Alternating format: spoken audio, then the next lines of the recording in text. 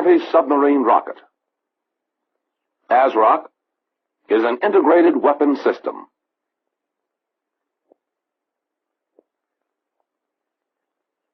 ASROC is a surface-to-underwater weapon for cruiser and destroyer-type ships.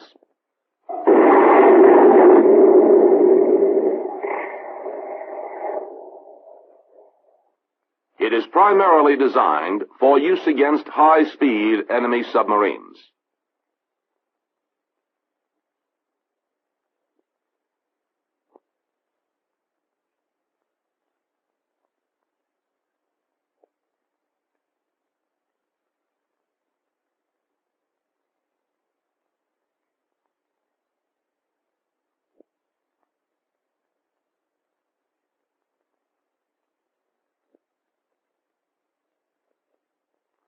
This film will introduce you to the ASROC weapon system.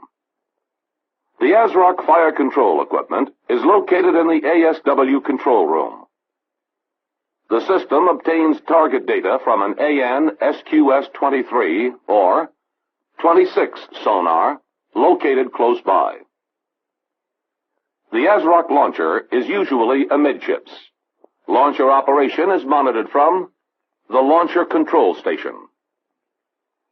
On the bridge, a position indicator displays, for the commanding officer, information on the progress of the attack and other essential data. Two different ASROC weapons are available. The torpedo can be used against targets from a minimum range of 1,000 yards to a maximum range of 10,000 yards. The Mark 44 torpedo has an active acoustic homing system. Its homing ranges are reliable range 600 yards, maximum range 1,000 yards. The torpedo is effective against targets at depths of 50 to 1,000 feet. Operational tests have indicated that the torpedo is effective against fast attack submarines. The other weapon is a depth charge containing a nuclear warhead. Target ranges for using this nuclear weapon are 3,500 to 10,000 yards. The depth charge is effective against the higher speed nuclear submarines. Other tactical information concerning this nuclear weapon is available from secret publications. 8 ASROC weapons are carried aboard ship in the launcher. Most ships can carry up to 9 additional weapons stowed in magazines.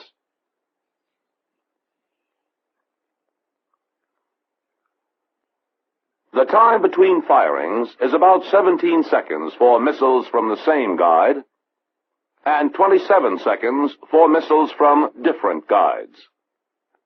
ASROC missiles can be loaded while in port or underway. In preparation for loading, a check of the launcher is first made. A missile electrical system test set, usually called the MEST, is used for this purpose. The check is essential to ensure that electrical connections will not cause premature firing when a missile is loaded into the launcher.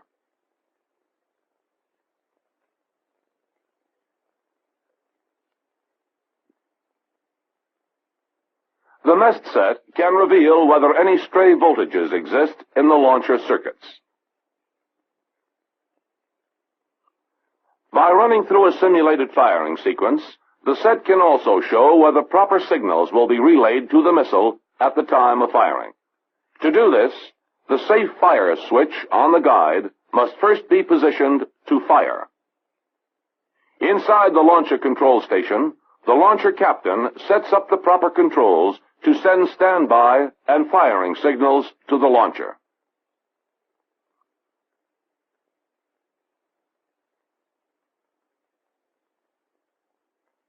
The MEST shows that the missiles will respond correctly.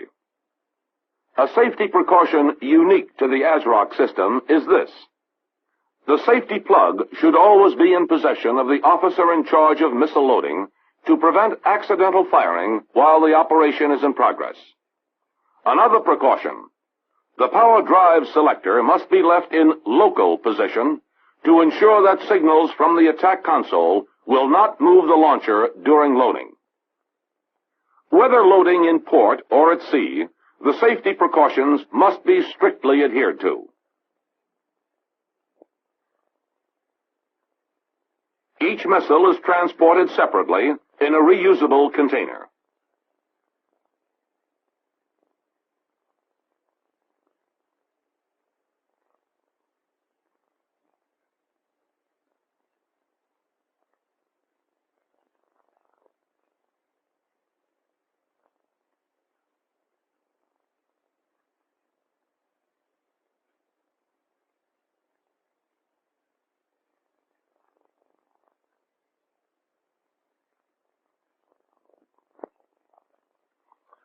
A shorting plug placed in the missile during storage and shipment must be removed before the missile is put into the guide.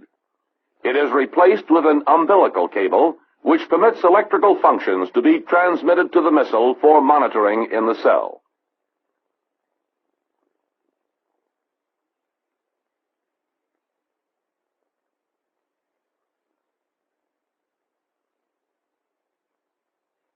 When the missile is in position in the launcher, snubbers will be activated to hold it securely until the time of firing. Looking at an empty launcher rail, we can see the snubbers move to latch the missile in place.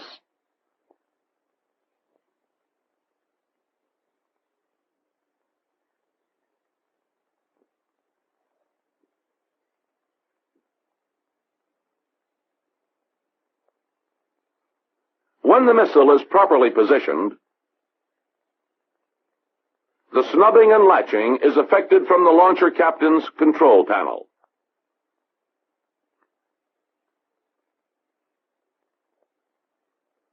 For shipping, a thrust neutralizer is installed on the missile to prevent the missile from taking off in case the rocket motor should become ignited.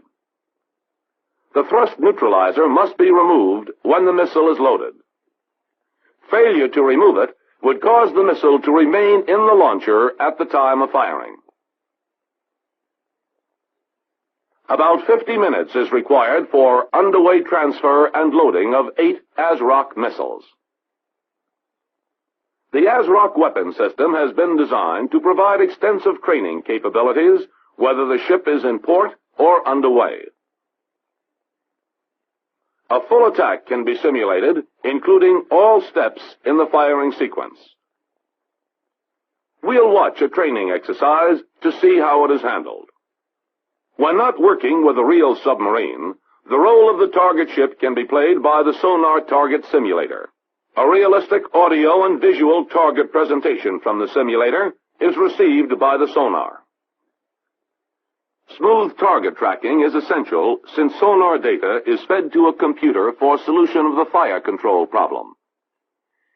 If sonar loses the target, information can be fed in from the ASROC system to aid reacquiring.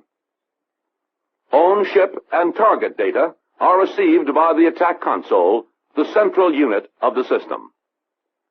Equipment located in the console includes the computer and memory drum. In the original ASROC Fire Control Group, Mark 111, a digital computer is used.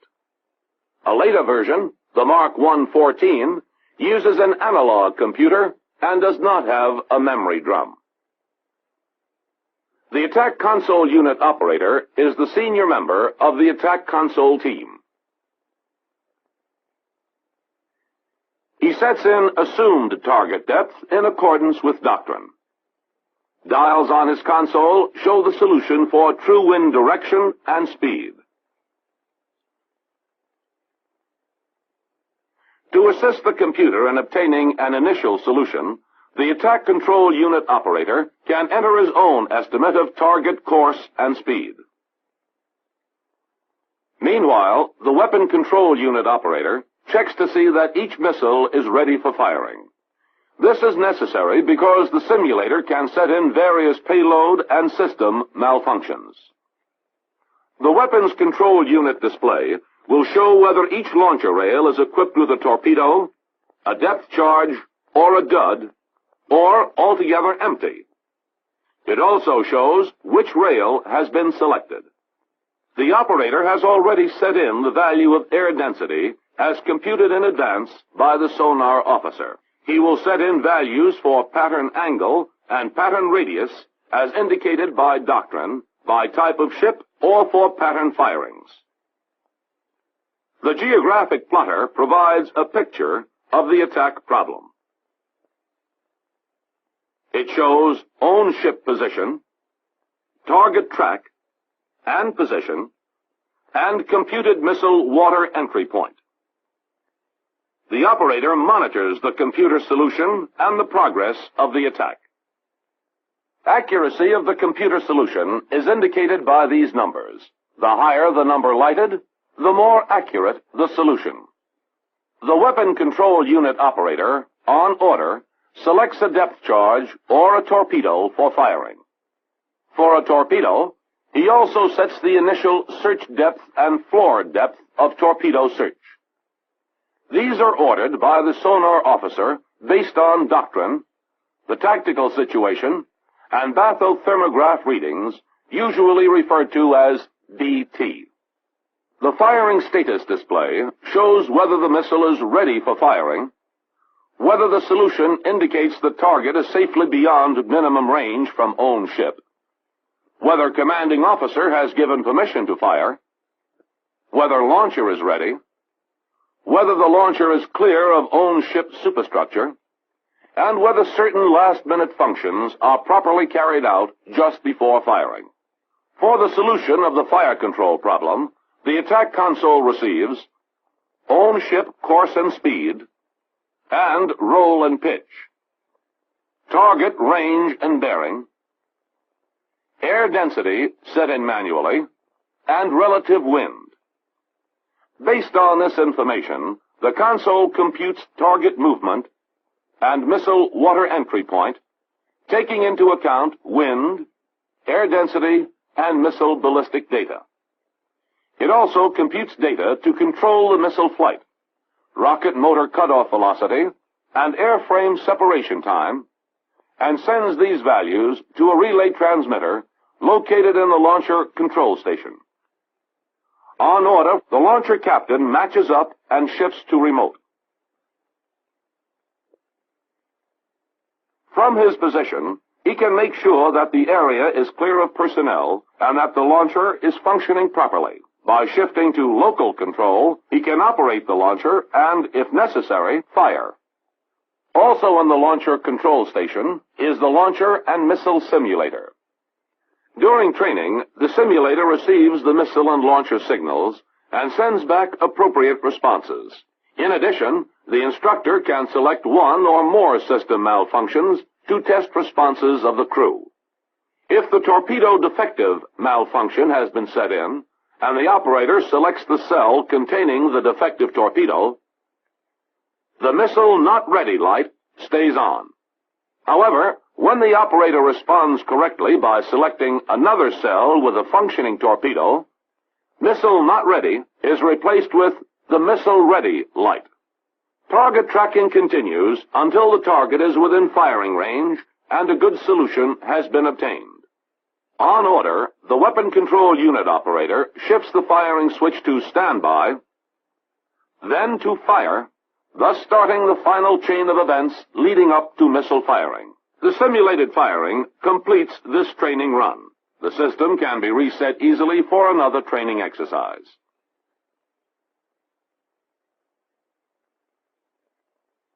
You have seen how the ASROC system is handled for training. The procedures for actual firing are all the same, but some additional steps must be taken. In advance, the launcher captain unlocks the safe fire switch and sets it to fire.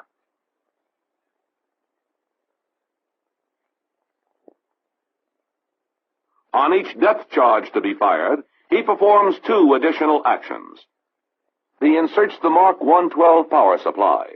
This power supply provides energy for initiating detonation of the nuclear warhead.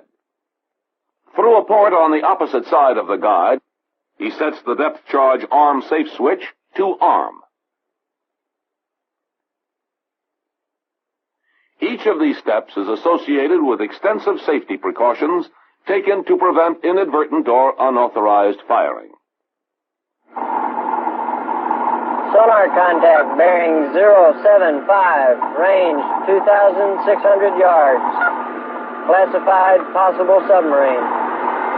The decision to fire a depth charge or a torpedo rests with the commanding officer and is based on the tactical situation and nearness of friendly ships and aircraft. The bearing is clear. This will be a torpedo attack.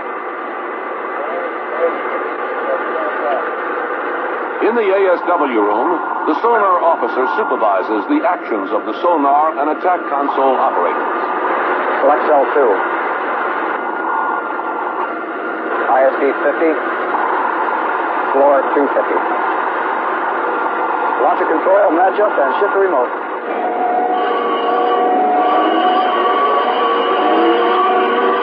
The position indicator provides the commanding officer with the information he needs to follow the attack and to ensure own ship safety. It shows him target angle, target range, target bearing, launcher train, and own ship course. Scribe marks on this dial show safe and unsafe firing sectors. It also shows water entry point, bearing, and range. If the water entry point, range, and firing bearing are within safe limits, the captain gives permission to fire. Interlocks prevent firing until this permission has been given. Torpedo approved. Torpedo approved. Insert safety plug. Insert safety plug. Launcher aye.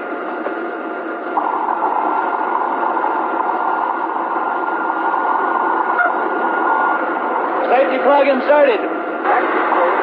Stand by. All systems control, stand by.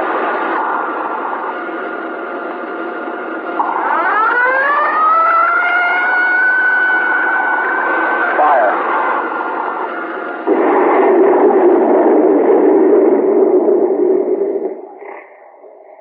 On certain ships, fire control radar is capable of tracking the missile in flight and displaying the water entry point on the geographic plotter. The missile reaches motor cutoff velocity. The motor separates and falls away. This preset velocity value determines missile range. At the preset separation time, the airframe separates. A parachute opens to slow the torpedo for water entry. The nose cone shatters and the parachute is released. The torpedo dives to the initial search depth and begins active searching. If it has not located the target by the time it reaches the preset floor depth, it starts up again, still searching. When it locates the target, the torpedo homes in on it. The procedures for firing a depth charge are the same. However, consideration must be given to safety of own ship from the underwater nuclear burst. No parachute is used with the depth charge. It drops through the water until it reaches proper depth. Then, ASROC, with its rocket motor and choice of warheads, provides an effective weapon against the extended capabilities of modern submarines.